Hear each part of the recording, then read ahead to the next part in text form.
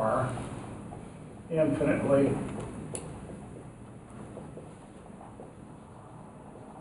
many primes of the form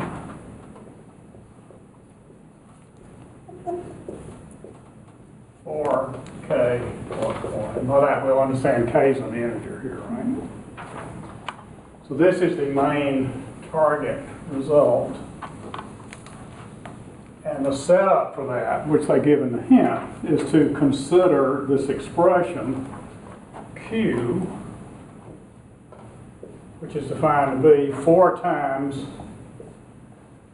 Q1 times Q2 all the way out to Q sub n minus 1.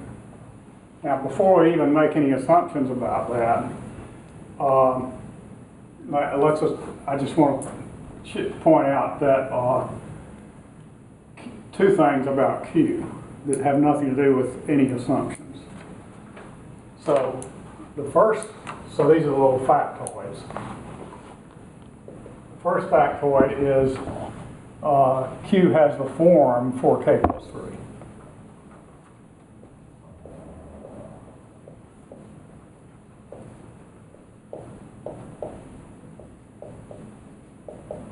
And once you see that that's something you want to prove, it's just kind of arithmetic.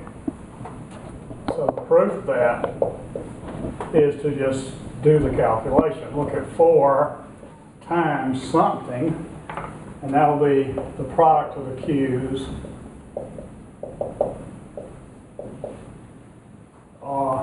minus 1. Well, 4 times the product of the Q's minus 1 is 4 times the product of the Q's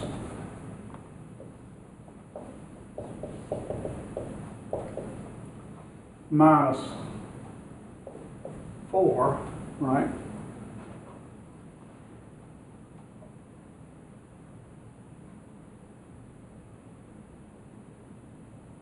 And so if I add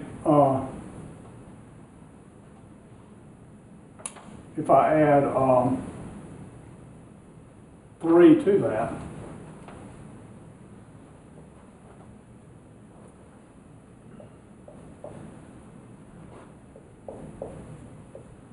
I end up with 4 times the product of the Q's minus 1, right, which is our Q. And so Q is there written in that form. This is your K value, and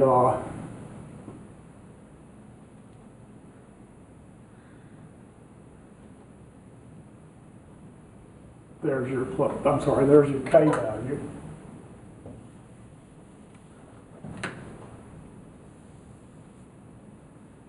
And here's your plus 3. You've shown that it is 4 times some integer plus 3. Second factoid that I also think you don't even need to make any assumptions to prove is that the QI's cannot be a factor of big Q. QI is not a factor of big Q. And the proof of that is, again, just what you have to do is figure out what would the remainder be. And the way I looked at it is this: we can write Q as, I'm going to factor the QI out of the big product. The big product I'll write as 4Q1 and QI. I put a little hat over the QI to indicate that it's missing from the product, but everything else is still there. So So I just factored that one missing thing out to the side. And then if I multiplied that by -1, we'll notice that the Q would, if I multiply the Q through, that would be 4 times the entire product of the Q's minus QI. So then if I add QI back in, that's going to get me 1 too many, and so I have to subtract 1. So what this does is write Q as QI times a quotient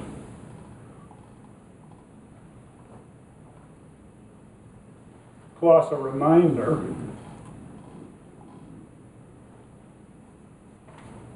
and the only way QI would end up being a divisor of Q is if this remainder were 0. So I guess we do need some small assumption on the Q's, namely that they're bigger than 1. So we're going to assume that QI is not equal to 1 here.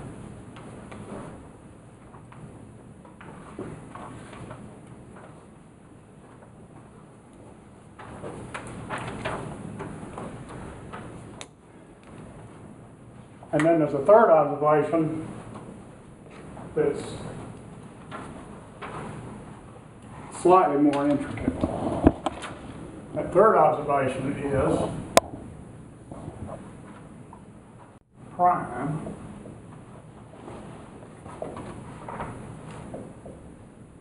and Q has a prime divisor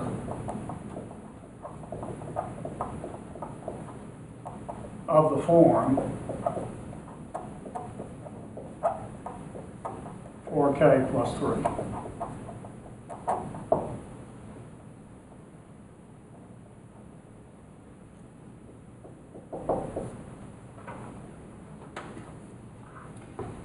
And proof of that is, well,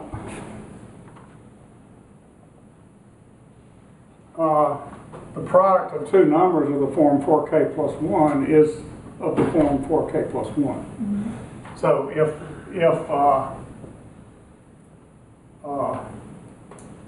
all prime divisors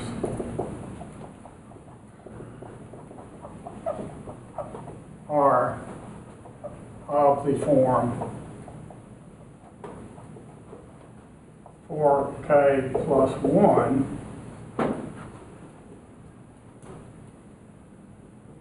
then so is the product.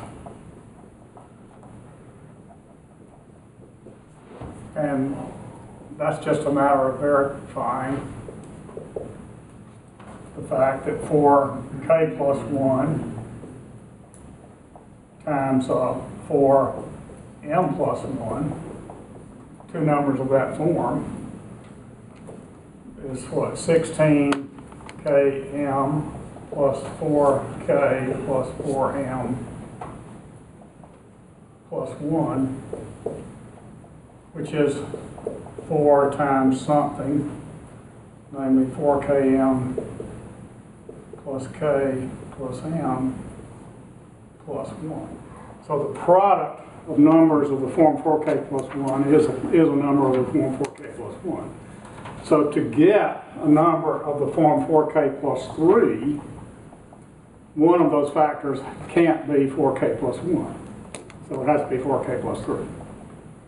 We're kind of ignoring the 2 case here. All primes are odd numbers except for 2. Mm-hmm.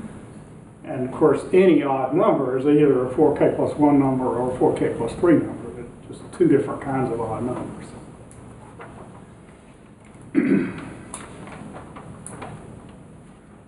So, not all of these facts kind of don't have anything to do with the Q's being prime, but the proof of the box theorem goes like this. Well, suppose there were only finitely many Q's, numbers, prime numbers of the form 4k plus 3. I think that's supposed to be 4k plus 3, isn't it? Yes.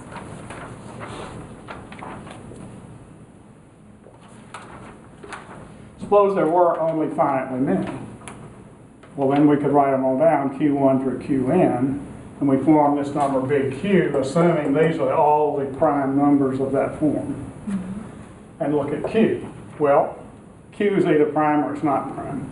If Q is prime, well, by observation 1, it has the form 4k plus 3, and therefore it's another prime number, but you said you wrote them all down into little q's. So that's a contradiction. Clearly, capital Q can't be equal to one of the little q's, right? So it must not be prime. So if that means Q has a prime factorization, right? Well, by observation 3, one of those primes is of the form 4k plus 3. But by observation 2, it can't be any of the QIs. So again, you have found another prime, namely that factor, that is not one of the QIs, but is of the form 4k plus 3. So those two possibilities contradict our assumption of finitely many primes in the form 4k plus 3. Therefore, there must be infinitely many such primes.